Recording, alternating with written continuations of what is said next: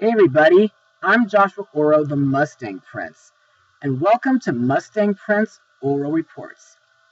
Well folks, we're halfway through December and Christmas is about 2 weeks away. So, today, I'd like to talk about the Nutcracker again. Ever since my childhood, the Nutcracker has become one of my favorite Christmas stories, next to A Christmas Carol and How the Grinch Stole Christmas. And who could ever forget the famous ballet by Peter Ilyich Tchaikovsky? And I'm surprised it's been about a whole year since I saw the ballet with some friends from YMCA's New Horizons. And to me, it was absolutely enchanting due to the story, the music, the choreography, and characters. Now, I already looked at movies like The Nutcracker Suite and Disney's The Nutcracker and the Four Realms, but for this episode, I would like to look at an animated version from 30 years ago, which I think, if I remember correctly, was the very first version of The Nutcracker that I ever watched. So, released on November 21st, 1990, the movie is The Nutcracker Prince. Now, on for the plot of the movie. Clara is on the verge of growing up, with big dreams of traveling the world in the Grand Ballet.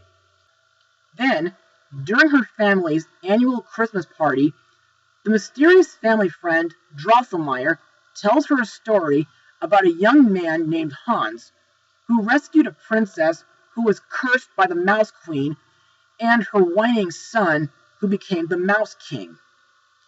As punishment for his good deed, the Mouse Queen managed to transform Hans into a nutcracker, or the Prince of the Dolls, before her death. The same nutcracker that Drosselmeyer gave to Clara that very night. When midnight comes, Clara finds herself trapped in the middle of a battle between the mice and her toys, being led by the confused Nutcracker Prince. If the Prince of the Dolls can defeat the Mouse King and win the hand of a fair young maiden, it can break his curse. However, Clara must choose between the dream world of her new companion and his adventures, or her real world, where the dreams and adventures of growing up still await her. So, what do I personally think of this movie? Well, in my opinion, this is an underrated holiday classic, and it is very sad that the movie was a commercial failure back then, but nowadays, it has gained a cult following. And to further explain why I enjoy this version, let's move on to Mustang notes. The movie was directed by Paul Shibley, who also served as the movie's character designer. He's also worked on other animated projects like The Christmas Raccoons, The Town Santa Forgot, and The Teddy Bear's Christmas. Now, like The Rescuers Down Under and other movies that were released in 1990, the reason why I never saw The Nutcracker Prince in theaters was because I was only a newborn infant during the time. And I was too young to see a single theatrical movie back then. But thankfully, I was introduced to the movie while watching the Disney Channel during the mid-90s. Now, what do I think about the animation? Well, to me, the Canadian animation looks absolutely beautiful, for the most part. Also, I think the animation for the flashback sequence was kind of cartoony a bit.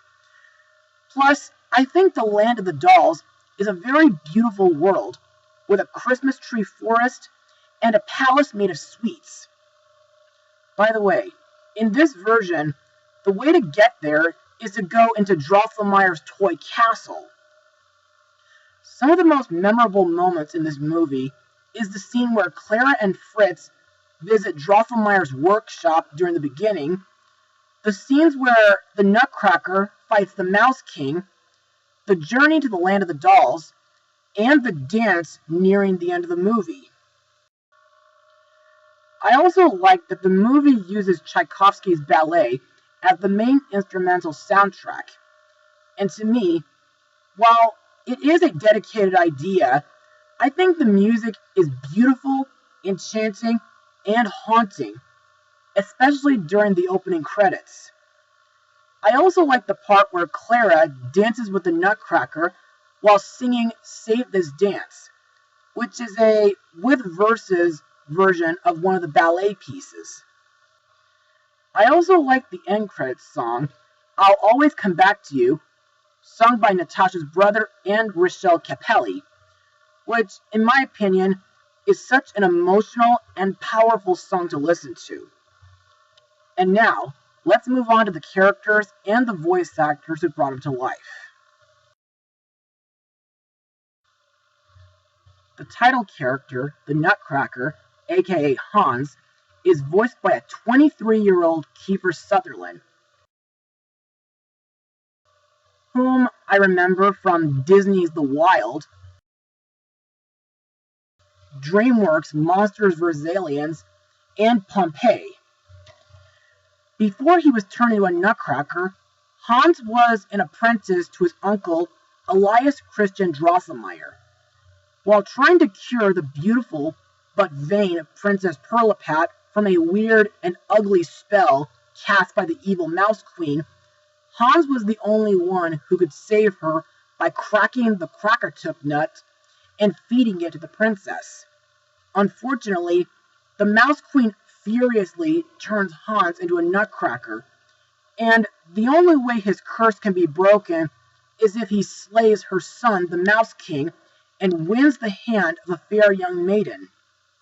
In my eyes, Hans was kinda shy as a young boy, but as a Nutcracker, he's brave, compassionate, caring, and loyal.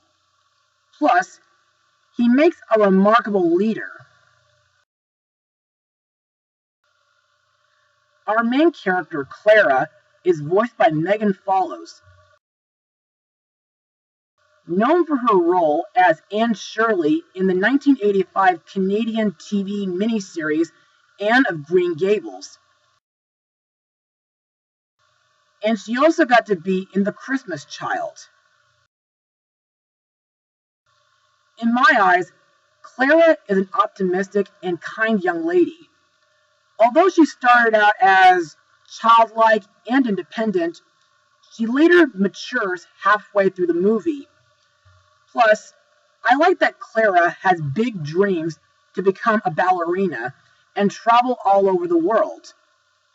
However, in one scene, Clara is jealous that her sister Louise has a boyfriend, and she throws a hissy fit when her brother Fritz breaks the Nutcracker.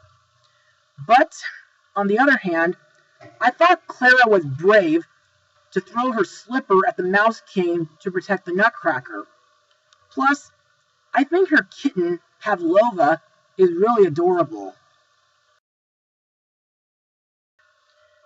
Next we come to Clara's godfather and Hans' uncle, Elias Christian Drosselmeyer, voiced by Peter Boritsky.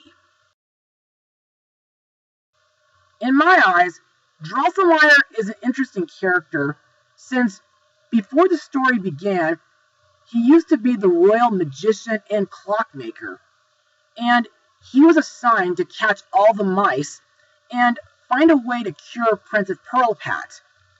But after the princess's curse is lifted and Hans was turned into a Nutcracker, Drosselmeyer was ungratefully banished by the king. Also, I think Drosselmeyer is a very caring guy, and I think the toys he makes are very creative. But the scenes where he's on the grandfather clock are pretty eccentric. Also, I liked when Clara's father calls him Drossel, old boy, which makes me think of something that my friend Matt Jarrow, who currently lives in Texas, used to call me before he moved over there. Next we come to the Mouse Queen, voiced by the late Phyllis Diller, whom was in The Nuttiest Nutcracker, Rankin Bass's Mad Monster Party, Pixar's A Bug's Life, Happily Ever After, and The Powerpuff Girls.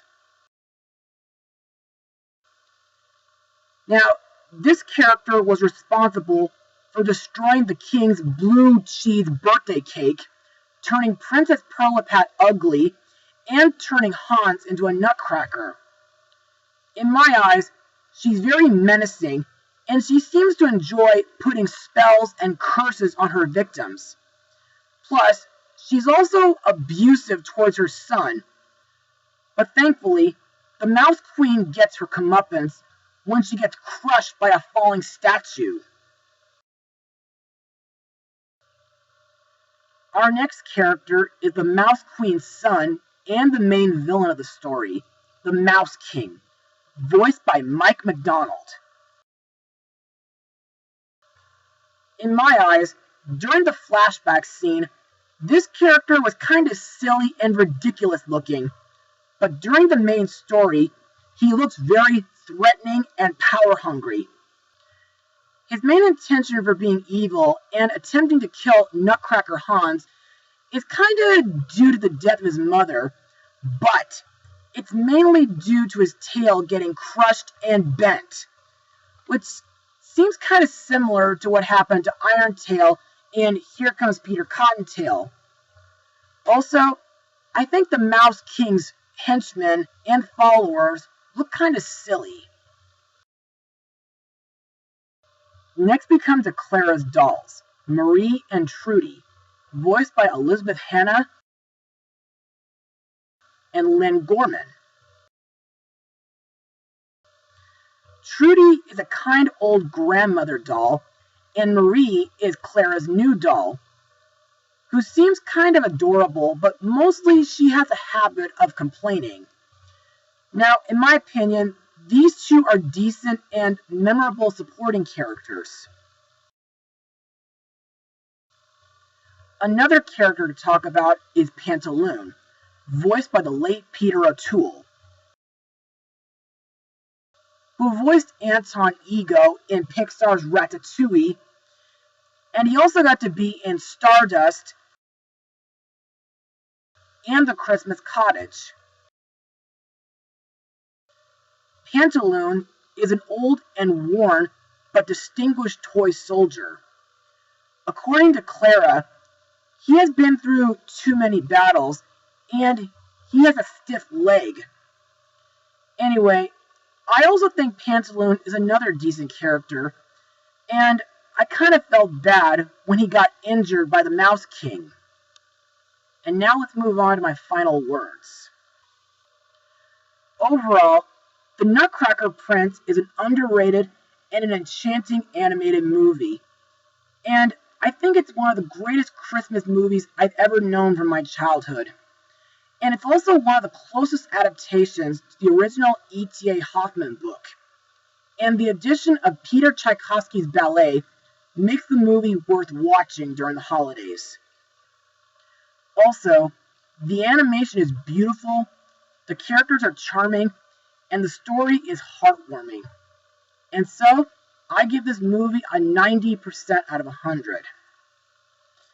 Well, that's all for now. Be sure to join me next time as we move away from Canada and on to the UK to look at a movie focusing on Santa Claus family. Mustang Power.